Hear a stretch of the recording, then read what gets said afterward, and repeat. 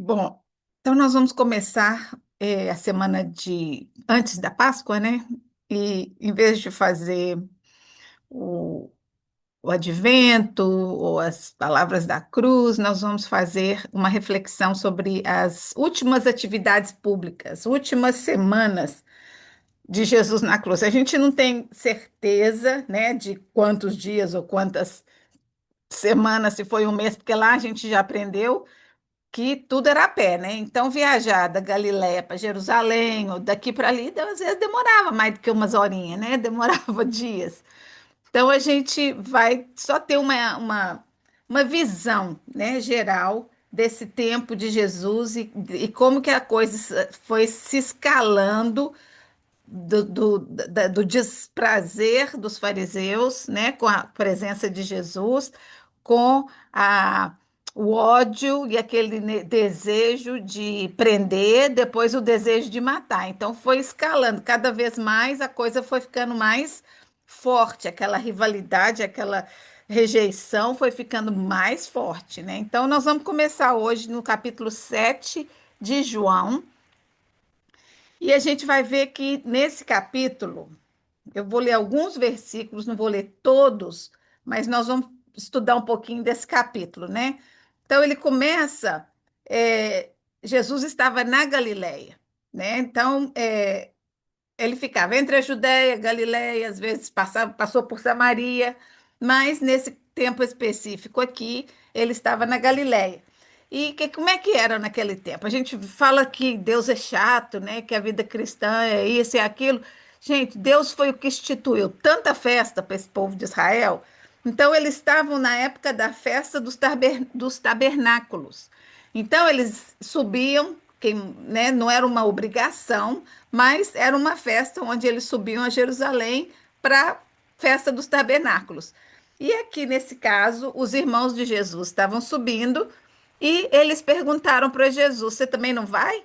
Agora, o que eles queriam, na verdade, era que Jesus fosse e causasse transtorno, né? Porque a gente vai ler aqui que aqui fala que nem os seus irmãos ainda criam nele, né? Então, não era só os outros, as pessoas estranhas, os da própria casa dele não acreditavam nele, né? Então, vou ler uns puladinho aqui. Passadas essas coisas, Jesus andava pela Galiléia porque não desejava percorrer a Judéia, visto que os judeus procuravam matá-lo. Ora, a festa dos judeus, chamada Festa do Tabernáculos, estava próxima. Dirigiram, pois, os seus irmãos a ele e lhe disseram: Deixa esse lugar e vai para a Judéia, para que também seus discípulos vejam as obras que fazes. Então aqui tinha uma rixazinha. Eu fico pensando assim, será que esses irmãos viram Jesus fazer milagres, né, na época antes que a gente conheceu na Bíblia? Porque aqui eles sabiam que ele fazia coisas extraordinárias, porque ele está falando aqui no versículo 3: vai para Jerusalém, vai para a Judéia, deixa a Judéia e vai para que os seus discípulos vejam as obras que você faz. E ele disse: porque ninguém há que procure ser conhecido em público e, contudo, realize seus feitos ocultos. Então ele está assim: você não quer ser famoso? Então vai para lá e faz os seus milagres e vai ficar famoso. Ninguém quer ficar famoso fazendo as coisas no escondidinho, né? Aí se fazes essas coisas, manifesta-te ao mundo, pois nem mesmo os seus irmãos criam nele. Aí Jesus disse: O meu tempo ainda não chegou, mas o vosso sempre está presente. Não pode o mundo odiar-vos, mas a mim me odeia, porque eu dou testemunho a seu respeito a respeito de Deus, de que as suas obras, não, a respeito do mundo, de que as suas obras são más. Subi vós à festa. Eu, por enquanto, não vou subir, porque o meu tempo ainda não está cumprido. Disse-lhe estas coisas e continuou na Galiléia. Então, aqui, gente, Jesus vai ter essa conversa com os irmãos, vai chegar lá em Jerusalém, mudou de ideia, resolveu ir e chegou lá já atrasadinho para a festa, mas foi ensinar, foi conversar com os sacerdotes, todo mundo ficou super impressionado, né? Olha só, ele subiu, mas depois que seus irmãos subiram, então subiu ele também, não publicamente, mas em oculto. Os judeus o procuravam na festa, então já tinham aqueles que já estavam na espreita, né? Procurando Jesus. Por quê? Ele já tinha feito a multiplicação dos pães, ele já tinha curado pessoas. Se você ler lá antes em João, né? João não conta todos os milagres que João conta são menos do que os outros, do que Mateus, Marcos e Lucas. Mas a gente tem uma ideia que Jesus já havia curado muitas pessoas. E a rixa maior dos sacerdotes era o quê? Porque ele escolhia, não sei se de propósito, talvez sim, fazer no sábado, o que era uma ofensa para os seguidores da lei. Né? Eu estou estudando para dar a lição no domingo na igreja, e é Mateus 15. Em Mateus 15, Jesus fala claramente para esses fariseus, né, que eles são podres, que eles estão tão preocupados em cumprir as leis e eles acrescentaram tantas coisas às leis de Deus que eles deixam de fazer com o coração e só fazem por obrigação, por regra, para cumprir as regras, né? E aqui é a mesma coisa, a gente vai ver Jesus falando como que vocês não importam de circuncidar um neném no sábado, para cumprir a lei, mas curar uma pessoa que está doente, vocês acham ruim. Então não faz sentido, né? Vocês estão muito agarrados às tradições humanas, porque Deus deu as leis lá no Egito, lá no deserto para Moisés, Deus deu as leis. Mas durante centenas de anos, o que aconteceu? Para enforçar a lei, eles criaram, eu estava lendo outro dia para estudar, eles falam que criaram cercas em volta das leis. E essas cercas começaram a ficar tão altas que eles esqueceram como que era a lei e ficou agarrado só na cerca, só nas coisas superficiais, de fora. Então esqueceram que Deus está querendo é o coração. Deus quer a sinceridade, a pureza, a honestidade do coração. Não, a gente não pode. Você pode olhar para uma pessoa, né, que vai na igreja e tal, você acha santinha, né? Mas você não sabe como é que é aquela pessoa aí na segunda, terça, quarta, quinta, né? Então, quem vê cara não vê coração, mas Deus está interessado é com o coração, não com as ações, não com as coisas que a gente faz pensando que está agradando a Deus, né? Então, a controvérsia maior era essa entre Jesus e esses fariseus. Então, ele permaneceu lá na Galileia. Por quê? Porque ainda a gente vai ver 3 vezes nesse capítulo. Fala que ainda não era chegada a hora. Jesus falou várias vezes, né, para os irmãos: não, não vou fazer essas coisas porque ainda não é o meu tempo. E ele sabia que quanto mais ele se expusesse, quanto mais as pessoas vissem os sinais e os milagres que ele fazia, mais perto ele estaria de cumprir o propósito de Deus, que era a crucificação, né? Então, era tudo guiado por Deus, no tempo certo de Deus, como continua sendo hoje, né? Jesus está lá esperando a volta, o dia de voltar, é o tempo de Deus. É o tempo de Deus. Deus vai falar: vai, meu filho. E a mesma coisa foi para o dia que ele chegou como bebê e o dia que foi o dia da crucificação. Então, continua aqui. É, nos versículos 14. Aí estava lá na festa, né? Aí olha o que aconteceu. Corria em meio da festa, Jesus subiu ao templo e ensinava. Então os judeus se maravilharam e diziam: como sabe esse tantas coisas sem ter nunca estudado? E Jesus respondeu: o meu ensino não é meu, e sim daquele que me enviou. Se alguém quiser fazer a vontade dele, conhecerá a respeito da doutrina ou do ensino, se ela é de Deus ou se eu falo de mim mesmo. Então, se você conhece a Deus, porque esses fariseus e sacerdotes se gabavam de serem íntimos de Deus, de serem especiais, de serem melhor que o resto do povo. Só que eles não conheciam a Deus. Eles conheciam a lei, não ao Deus que estipulou essas leis, né? Quem fala por si mesmo está procurando a sua própria glória, mas o que procura a glória de quem o enviou, esse é verdadeiro e nele não há injustiça. Então, Jesus não queria nada para ele. O tempo todo ele fazia para a glória de Deus. Ele não queria que as pessoas viessem e o adorassem. Olha que ele merecia adoração e louvor, mas era tudo para a glória de Deus que ele fazia, né? Continuando. Não vos deu Moisés a lei? Contudo, ninguém dentre vós a observa.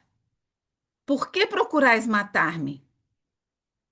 Então, aqui ele está falando: se vocês conhecessem a lei e o que foi escrito no Velho Testamento, vocês saberiam quem sou eu. Vocês saberiam quem é o meu pai. Mas vocês não conhecem.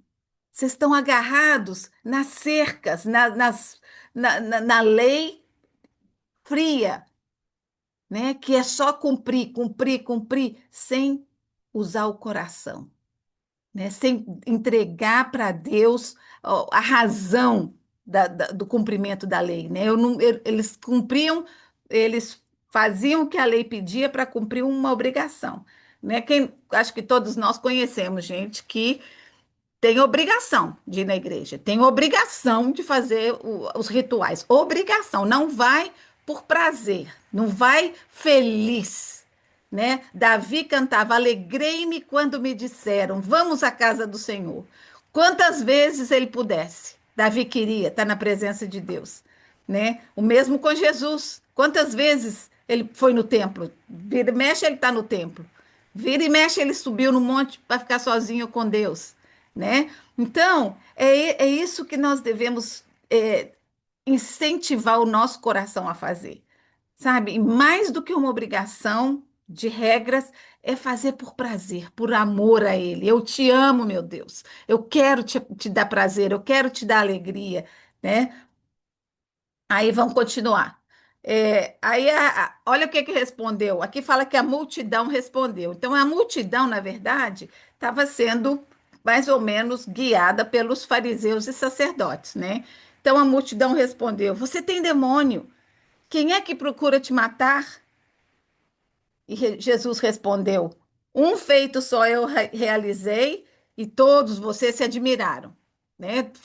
Faça um milagre, todo mundo fica, oh, vai correndo atrás. Pelo motivo de que Moisés vos deu a circuncisão. Aí que ele vai falar da circuncisão, né? Então, ele, no versículo 22 ao 24, ele fala: Por quê que pode ter circuncisão e não pode ter cura? Não faz sentido. Não faz sentido. Não julguei segundo a aparência, e sim pela reta justiça. Então, a partir dessas coisas que Jesus foi falando, começou a haver um pouquinho. Algumas pessoas começaram a acreditar nele, na mensagem dele, outras não, né? Mas começou a dividir a opinião pública ali naquele momento, né? Então, teve aqueles que já achavam que quem sabe, né? Vamos escutar, vamos ficar por perto. E teve aqueles que tinham repugnância de Jesus. Então, aqui no versículo 25, a gente vê que os sacerdotes tinham enviado guardas para matar, para prender Jesus. Eu acho tão interessante que no final desse capítulo vai falar que os guardas voltaram sem Jesus. Aí o sacerdote falou: Mas por quê? Vocês estavam tudo do lado dele? Vocês também agora passaram para o lado dele? Aí ele falou: Olha, nós nunca ouvimos de ninguém os ensinamentos que ele ensinou. Isso deve ter sido uma afronta, né, para os fariseus e sacerdotes. Então, gente, aquele caminho, né, de Jesus estava em Jerusalém, estava ali, e eu acho que ele já não saiu mais de Jerusalém depois desse dia aqui, porque o crescendo dessas acusações e desses atritos com o sacerdote só foi piorando. E a gente vai ver em alguns capítulos para frente, depois que Lázaro ressuscitou, aí que o trem danou mesmo. Aí, naquele momento, porque por enquanto eles estavam querendo prender Jesus, né? Estavam, não gostavam e tal, tal. Depois que Lázaro ressuscitou, ficou determinado que Jesus tinha que morrer. E interessante que até Lázaro eles queriam matar de novo, né? Não era só, só Jesus, não, porque Lázaro era a prova do milagre, né? Não tinha jeito de negar. Então, durante a festa, Jesus subiu ao templo, ensinou e todos se admiravam. Jesus explica que o seu ensino veio de Deus, que o enviou e afirma que deseja fazer a vontade do Pai. Jesus lembra a essas pessoas que eles realizam a circuncisão, como eu já falei, mas não querem cura, né? E ele concluiu esse pedacinho aqui dizendo que não devemos julgar as aparências. Exatamente o que eu estou estudando para domingo, quando Jesus fala que o homem vê o que está fora, mas Deus vê o coração, né? E várias, não no capítulo 15 de Mateus, mas em outro capítulo, Jesus chama eles de sepulcro caiados, né? Nuvens sem vento, nuvens sem chuva. Por quê? Tão vazio, totalmente vazios, né? E eu acho que hoje em dia, com as coisas que estão acontecendo, a gente vê de tudo por aí, né? Tem o povo que fala que Jesus está chegando amanhã, né? Por causa da bomba lá, da guerra de Israel. Mas a gente tem que observar esses sinais, que eles são importantes. Eles são determinantes dos eventos que aconteceriam antes da vinda de Jesus, né? Então a gente sabe que muitas coisas. Eu só fico pensando que tem um versículo que fala assim: quando falarem de paz, sobrevirá repentina destruição, né? Então, assim, paz não vai existir mais, né? Eu acho que é uma coisa assim, só quando Jesus voltar, a gente vai saber o que é paz no mundo. Porque hoje em dia tá difícil a gente assim conseguir coincidir todo mundo de ter paz. Tem sempre aqueles que não estão afim de ser pacífico, né? Mas quando Jesus voltar, aí sim haverá paz na terra. Paz que nunca mais vai acabar. Não uma paz temporária, uma paz de trégua. Não, é uma paz prometida no livro de Apocalipse. É um gozo que nunca vai acabar. É a gente nunca mais chorar, nunca mais ter lágrima, nunca mais ter doença. Então essa é a nossa esperança, né? É por isso que a gente suporta as dificuldades de uma maneira diferente das pessoas que não têm fé. Por quê? Porque nós sabemos que a gente é passageiro nesse mundo. A gente não está aqui para ficar. Nós somos peregrinos. Que o nosso destino, a nossa casa, nossa mansão celestial está nos esperando um dia, né? E essa é a nossa casa, né? Nós estamos temporariamente aqui. Aí Jesus continua no versículos 37. É um versículo bem conhecido por muita gente, mas Jesus, no último dia da festa, então ele ficou lá. Normalmente, essas festas dos judeus demoravam uma semana, né? Ele chegou lá na metade, então, no último dia, no grande dia de festa, levantou-se Jesus e exclamou: Se alguém tem sede, venha a mim e beba. Quem crer em mim, como diz a Escritura, do seu interior fluirão rios de água viva. Isso ele disse com respeito ao Espírito Santo, que ainda não estava, mas que eles receberiam quando Jesus subisse ao céu. Então, o que que era esse rio de água viva dentro? Era o Espírito Santo dentro de nós, que enche, que transborda, né, da presença de Deus dentro da gente. Então, Jesus já estava falando de alguma coisa que esse povo não tinha nem ideia ainda, né? Não tinha nem maneira de conceber o que ele estava falando. Mas ele disse: Eu sou. A gente fica olhando, quando a gente assiste o The Chosen ou qualquer filme sobre Jesus, né? Você vê que o templo era um lugar grande, mas tinham grupos de pessoas que se reuniam E sempre tinha um mestre ensinando, falando alguma coisa. E eu imagino que o canto que Jesus ficava é o que mais enchia de gente, né? Porque ficava cada um nos cantos lá, e o canto de Jesus devia ficar lotado, não só pelos ensinos maravilhosos que ele ensinava, mas pela controvérsia que causava, né? Porque tinha os interessados e aquelas pessoas que realmente queriam Jesus, e tinha os que estavam ali para testar, né? Por exemplo, no próximo, agora que a gente vai chegar no capítulo 8 foi totalmente um teste que eles fizeram no Jesus, e uma vez atrás da outra. Mas, como ele era Jesus, ele sabia exatamente com o que que eles vinham, né? Então, ele já ia totalmente preparado também. Então, Jesus disse que se alguém tem sede, venha a mim e beba, porque ele é a água da vida. Ele vai falar também nesses versículos para frente que ele é a luz do mundo. Então, ele é a água da vida, ele é a luz do mundo, ele é o bom pastor, ele é a porta. Jesus é tudo que nós precisamos. Jesus é a única fonte que satisfaz. Existe dentro de nós, todo ser humano, uma sede espiritual. Pode falar que não acredita em Deus, pode falar que não é religioso, mas dentro do coração, a pessoa sempre vai estar buscando uma coisa que não sabe o que que é, até encontrar Deus, até encontrar Jesus. Esse vazio vai ficar vazio até a pessoa colocar Jesus lá no cantinho dele, é que nem um quebra-cabeça. Cabe certinho, aí fica completo o coração do homem, né? Somente Cristo pode preencher esse vazio dentro de nós. Antes de buscar satisfação nas pessoas, no trabalho, nos prazeres, nas coisas desse mundo, a nossa satisfação maior deve estar em Deus, gente. Ele nunca vai nos decepcionar, ele satisfaz. Por que, que a Bíblia fala várias vezes: não andeis ansiosos? Jesus falou: não tenham medo, orai sem cessar. Por quê? Porque se você está cheio disso, a sua vida vai ter um sentido diferente. Você não vai se desesperar num momento de agonia. A gente viu com a Silvia como que ela, sabe, como que a fé sustentou nesse momento, né? Teve um momentinho que ela ficou um pouco assustada quando a menina teve que ir no helicóptero, mas ela confiou.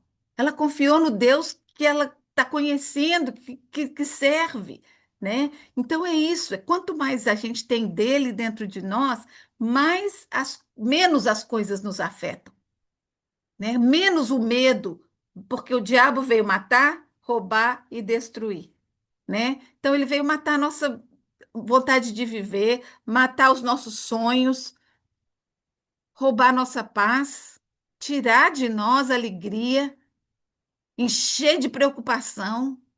Mas Jesus veio para que nós tenhamos vida.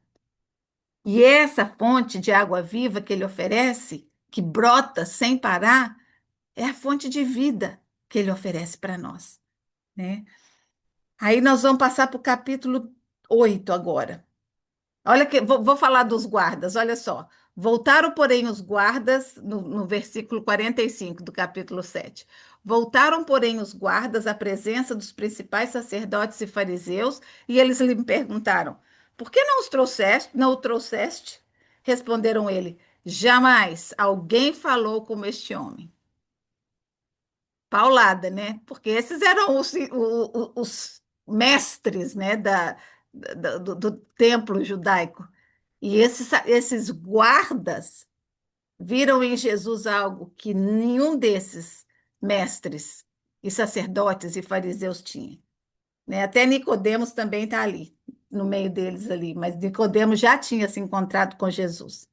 Aí, no capítulo 8, talvez no dia seguinte, porque Jesus aqui começa esse capítulo falando que Jesus foi para o Monte das Oliveiras. Então eu fico pensando assim: se Jesus sentia necessidade de sair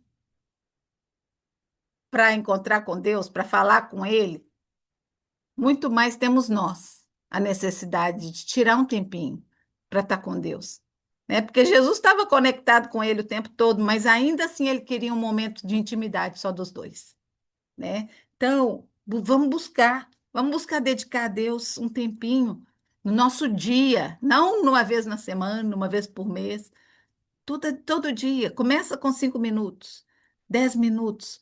Eu falei para o Dima, agora está lendo, todo dia ele lê um capítulo da Bíblia. Aí eu cheguei no escritório, ele estava lendo, ele está assim, eu estou lendo todo dia. Aí eu falei, que bom, eu fico feliz. Aí eu falei, olha, aí ele falou, mas não tô igual a você, não, mas eu tô lendo a Bíblia. Eu falei, não, que coisa boa. Eu também não era assim uns 10 anos atrás. Quanto mais a gente busca, mais a gente quer. É uma coisa que quanto mais você faz, mais você quer, né? Continua enchendo e transbordando, e você sabe que vai ter mais coisa nova, você não vai cansar daquilo que você está lendo, né? Então é isso que eu recomendo, gente. Não deixe passar. Ontem mesmo uma moça estava falando lá na igreja no estudo que ela foi de férias num cruzeiro com os filhos e o marido e os dois levaram a Bíblia, estava ali, mas com a rotina do dia, né? Aí acaba que não é todo dia que você consegue ler, né? Ela falou, não posso tirar férias de Deus. Eu falei, realmente a gente tende, né? Quando vai de férias, a gente tira férias de Deus também, e não pode tirar férias de Deus. Então, olha o que aconteceu no capítulo 8. Jesus foi para o Monte das Oliveiras de madrugada e voltou para o templo. Então, a rotina dele era ir para o templo. E aí que já tinha acabado a festa, né? Porque ontem, aqui no capítulo anterior, foi o último dia da festa. Aí ele voltou para o templo, estava sentado, ensinando para um grupo tranquilo ali na sua. Aí chegaram os escribas e os fariseus com uma mulher adúltera. Aí olha, e aqui fala claramente, olha, os escribas e fariseus trouxeram à sua presença uma mulher surpreendida em adultério e fazendo-a ficar de pé no meio de todos, disseram a Jesus: Mestre, essa mulher foi apanhada em flagrante e na lei nos mandou Moisés que tais mulheres sejam apedrejadas. Tu, o que dizes? Aí, olha, aqui mesmo já diz. Isso diziam eles, tentando-o para terem de que o acusar. Então, tudo que eles faziam era uma armadilha, né? Para tentar encontrar coisa errada em Jesus. Aí, o que que Jesus fez? A gente conhece bem essa história, né? Ele se inclinou no chão, começou a escrever ali. Como escrevendo, escrevendo. Falou nada. E eles perguntaram de novo: e aí, o que você diz desse? O que a gente faz? Né? E eu acho que eles já deviam ter percebido o carinho, o cuidado que Jesus tinha com as pessoas enfermas, com as pessoas mais debilitadas, com as pessoas mais humildes, né? Então, eu acho que eles trazendo essa mulher, eles queriam testar não só se Jesus ia cumprir a lei, mas era como uma espada de dois gumes, né? Para ver se ele ia descartar e falar, vamos embora, vamos jogar a pedra, ou se ele ia proteger essa mulher, né? E aí o que que ele faz? Escreve, escreve. Aí eles perguntaram de novo. E aí? Aí ele fala: entre vocês, aquele que tiver sem pecado, joga a primeira pedra. E continuou escrevendo, continuou escrevendo. Um por um. A Bíblia diz que começou do mais velho. Um por um. Foi saindo de fininho, foi saindo de fininho, até que ficou a mulher e Jesus.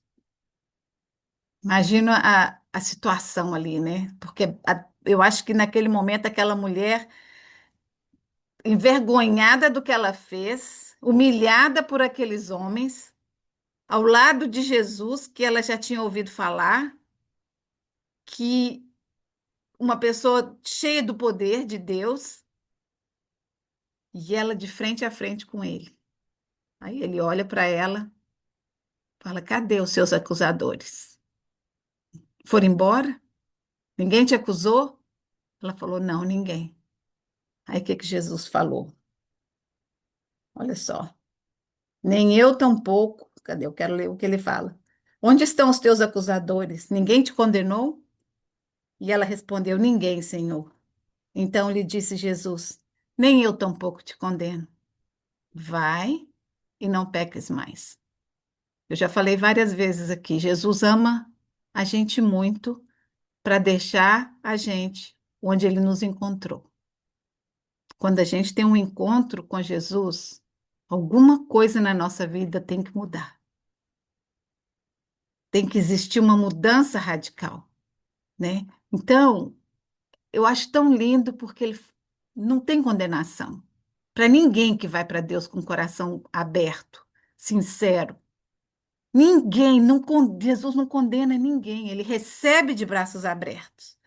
Se uma pessoa crê, a Bíblia diz que aquele que crê tem a vida eterna, né? Então, quando a gente vem e crê, à medida que a gente vai conhecendo a Deus, a gente vai sendo transformado por Ele, pelo Espírito Santo. Não é eu vou transformar, eu vou melhorar para chegar para Deus. Não.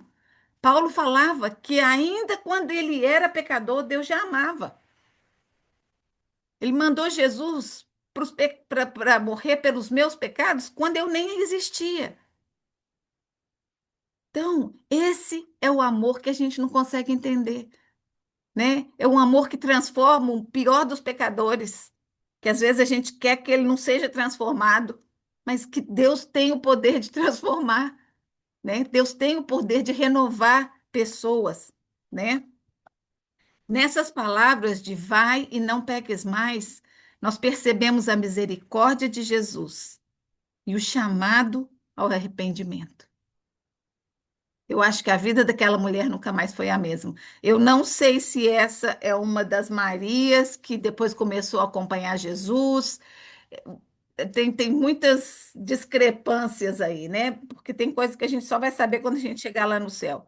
Mas a gente sabe que essa mulher mudou de vida, né? Como a mulher samaritana que Jesus encontrou, de uma mulher ridicularizada pela cidade inteira, porque ela já tinha tido 5 maridos, ela se transformou numa missionária, que levou a mensagem de Jesus para a cidade dela inteira. Quando ela chegou lá falando de Jesus, todo mundo veio atrás para ver onde que ele estava e quem era ele, né? Então, as pessoas que têm um encontro com Jesus são transformadas. São transformadas. Aí Jesus continua. Continuando no versículo 12, ele diz: Eu sou a luz do mundo. Quem me segue nunca andará em trevas, mas terá a luz da vida. Aqui, nesse pedaço, ele vai confrontar esses fariseus sobre a divindade dele. Jesus sabia exatamente quem ele era, mas esses fariseus não sabiam nem quem eles eram e nem tampouco quem Jesus era. Eles não tinham ideia de quem era. Então, eles perguntaram para Jesus: Quer ver? Então, tu estás dando os testemunhos de ti mesmo, logo o teu testemunho não é verdadeiro. Então, Jesus, né, falou: Não, peraí, isso não é assim, não.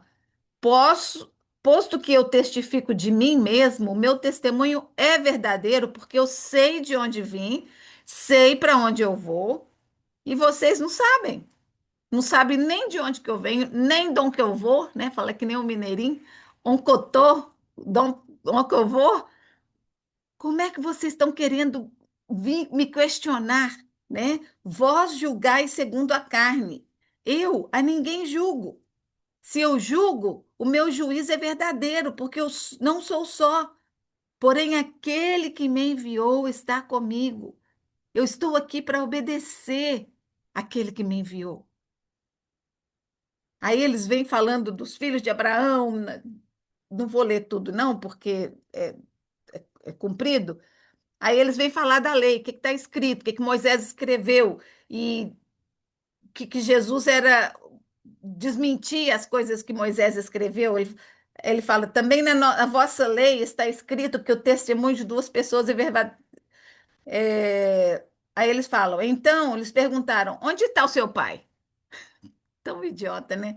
Porque eles achavam que eles conheciam Jesus. Eu sei que você veio de Nazaré, que você mora ali na cidade vizinha, né? Cadê seu pai?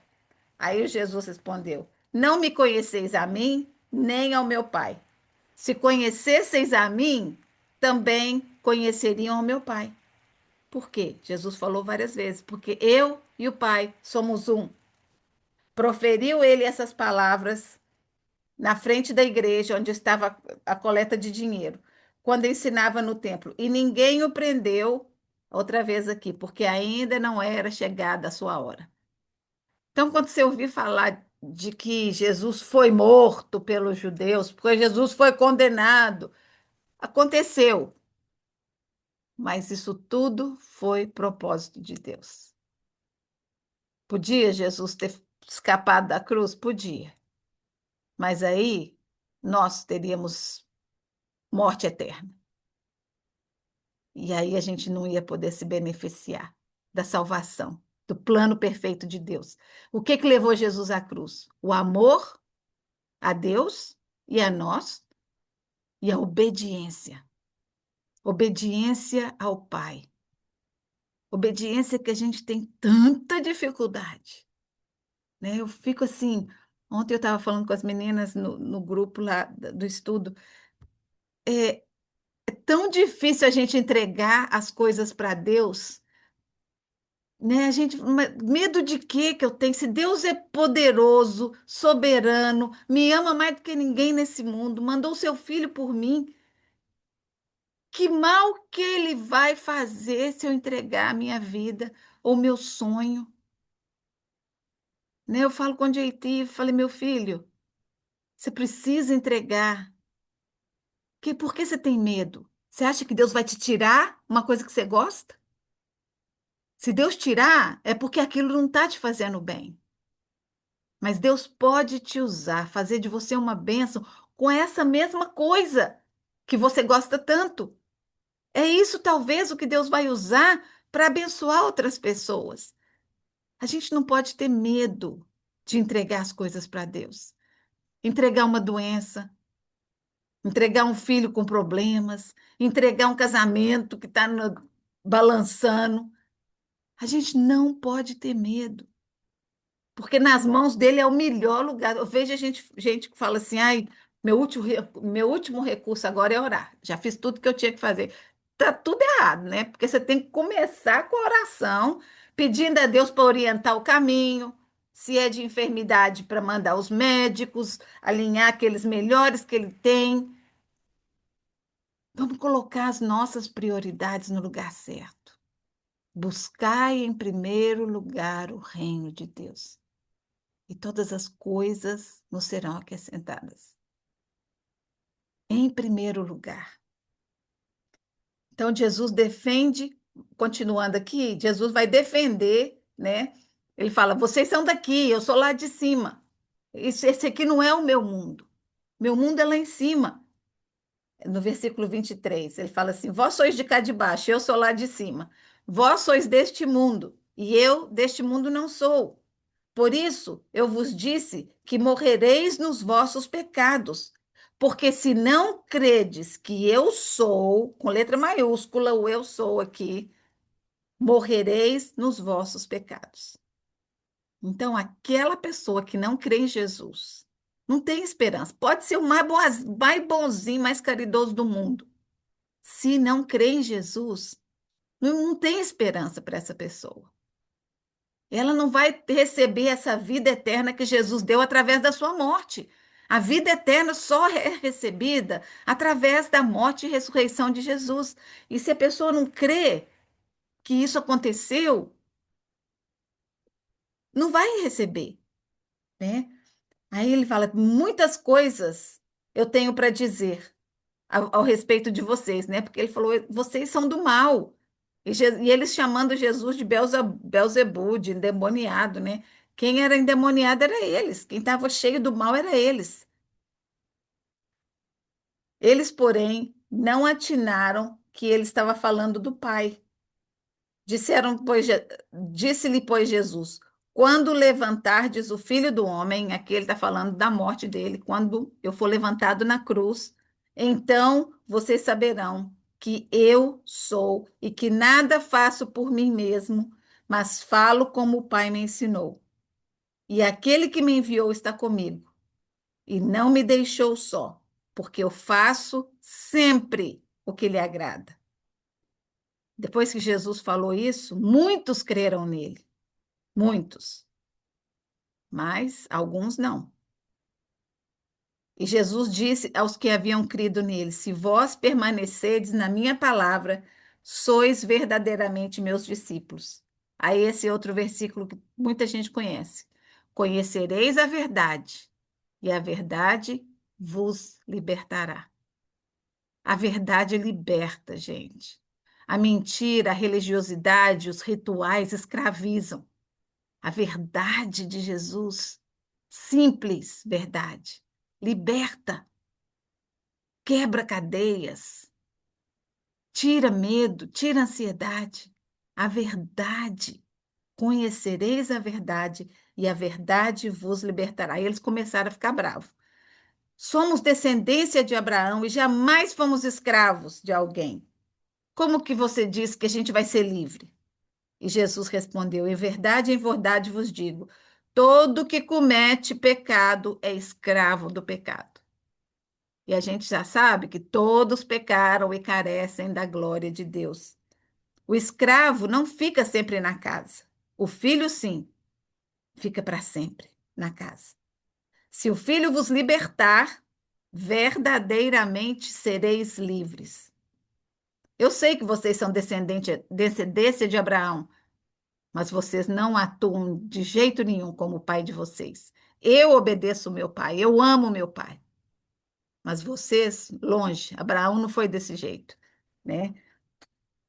Jesus está defendendo a sua missão aqui na terra.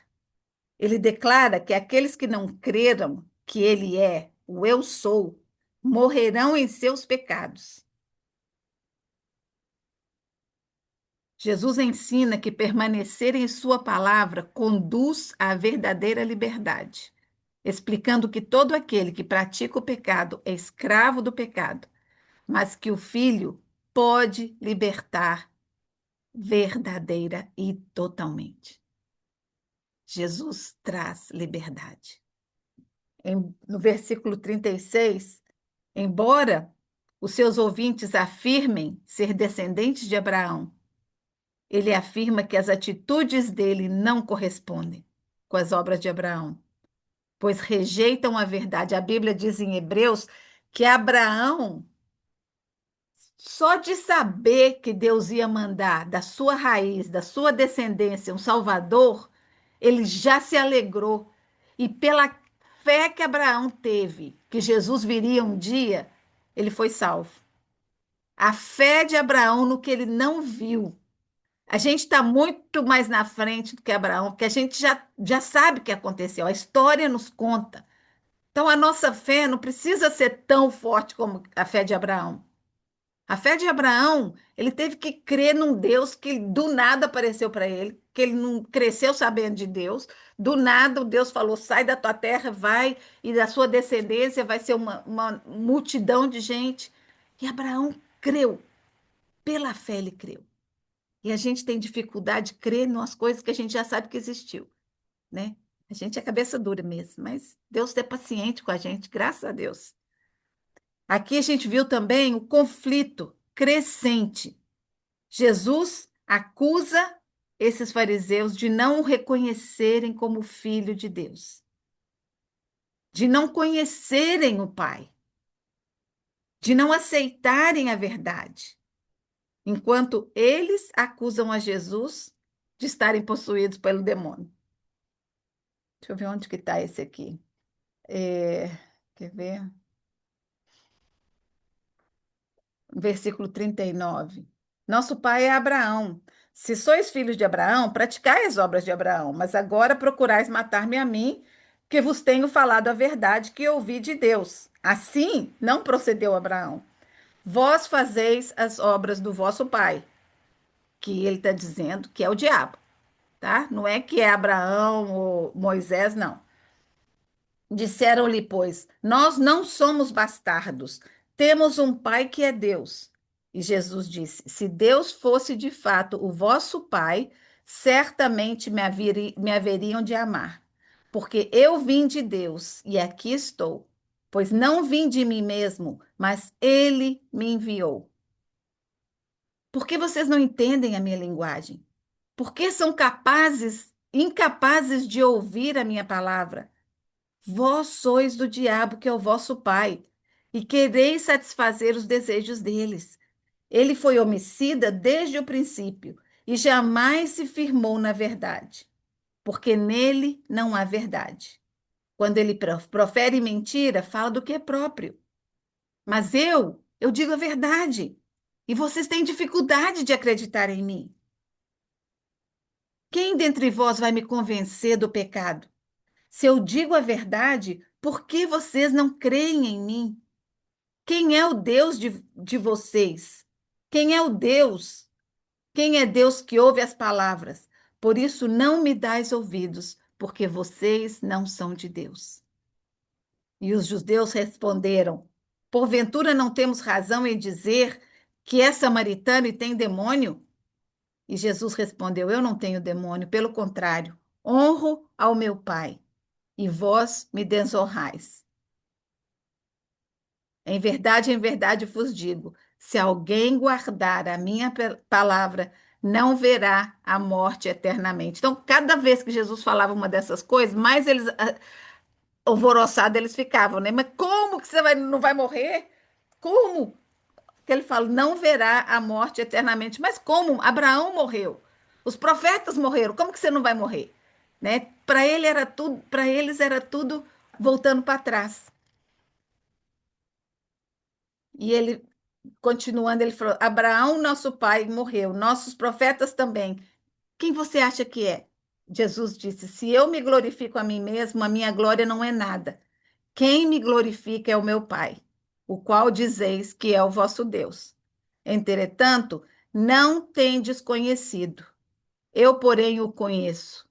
Se eu disser que não o conheço, serei como vocês, mentirosos. Mas eu o conheço e guardo a sua palavra. Então Jesus falou: vocês acham que vocês conhecem a Deus, mas vocês não conhecem. Eu sim, eu o conheço. Abraão, vosso pai, se alegrou por ver o meu dia. Ele viu, ele, Deus mostrou para ele que um dia Jesus ia estar aqui nessa terra e se regozijou. Aí os judeus perguntaram: você não tem nem 50 anos e disse que já viu Abraão? Jesus disse: em verdade vos digo, antes que Abraão existisse, eu sou. Aí pronto, né? Aí pegaram pedras para tirar nele, mas Jesus se ocultou e saiu do templo. A reação final é de revolta. Eles tentam apedrejar a Jesus. Permitir que a palavra ilumine as nossas decisões, os nossos ensinos, as coisas que a gente aprende, né? Eu falo muitas vezes aqui que a gente precisa de discernimento para saber quando a gente está sendo ensinado uma coisa que não é de Deus, né? Que quando a palavra de Deus está sendo deturpada, é muito sério. Eu fico, quando eu vejo alguém ensinando alguma coisa da Bíblia que está errado, porque não precisa nem de interpretação. Aqui hoje é o que eu fiz. Eu li versículos da Bíblia. Eu não preciso criar nada novo em cima disso. A história está aqui, né? Não precisa, não tem que encaixar na minha rotina, ou na minha crença, não. O que é essa história? Jesus é o Filho de Deus que veio nessa terra como homem para cumprir um propósito. Ele é a luz, ele é a fonte de vida, ele jorra de dentro de nós. Então a gente precisa deixar que essa verdade encha a nossa vida. Às vezes a gente se deixa levar por mentiras, né? O diabo, ele é astuto, gente. A gente precisa conhecer nosso inimigo, sabe? Ele não chega para a gente com aquela roupinha vermelha, com o chifrinho e o garfo. Não, se ele chegasse assim, a gente ia sair correndo. Ele chega bonitinho. Ele vai torcendo um pouquinho, do mesmo jeito com Eva, lá no jardim. Ele chegou, foi falando de mansinho. Foi isso que Deus falou? Então, a gente precisa de discernimento, conhecimento da palavra de Deus faz a gente entender e afastar do inimigo, né? Jesus é a fonte que sacia a sede da alma e do coração humano. Sem Cristo, nós vivemos em escuridão espiritual, confusão, culpa, afastamento de Deus. Jesus é essa luz que dissipa toda a treva de medo, ansiedade, dúvida, que atormenta o coração do humano. Gente, o mundo está atormentado hoje em dia. Atormentado para todo lado. É um horror a gente ver assim, não de guerra, essas coisas, mas nos indivíduos, as pessoas com medo de tudo, ansiedades, depressão. Mais do que nunca. Outro dia eu vi um dessas piadinhas que veio, falando, na sua época de infância, você conhecia alguém com síndrome do pânico? Ou com isso, ou com aquilo? Sabe? O inimigo está cercando, está fechando o cerco. E a mente humana é o playground dele. Ele pode colocar o que ele quer na nossa mente se a gente estiver com a mente vazia. Então, nós precisamos encher nossa mente do Espírito Santo, encher da palavra de Deus e deixar que ele nos guie, nos instrua. É necessário que a gente permaneça nele e ele em nós. Conhecer ele de perto, na intimidade, caminhar ao seu lado, dia a dia, em todas as coisas. Sabe, eu acho assim, a Bíblia fala orar sem cessar, né? Eu ficar de olhinho fechado assim, orando. Não, é no seu dia a dia, tá andando. Ontem aconteceu uma coisa comigo que eu achei interessante, eu vou lembrar de fazer mais vezes.